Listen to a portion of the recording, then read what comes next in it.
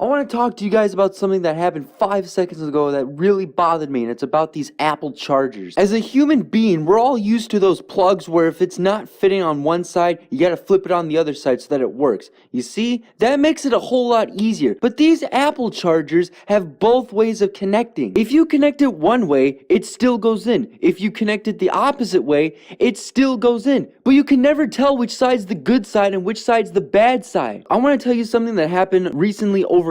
So I was charging my Apple computer, which had this little portable mouse, and I had to plug that in so that the battery life in that mouse would last. But then when I got up that morning, the mouse was completely dead and I couldn't log on to my computer. Why wouldn't you let me log into my computer? I paid $20,000 for this. Let me use it. Why would they make something like that? Why can't they just make the other chargers where it was very obvious which side was the good side and which side was the bad side? At least on the charger, just put something that says good and something that says bad so we can charge our shit.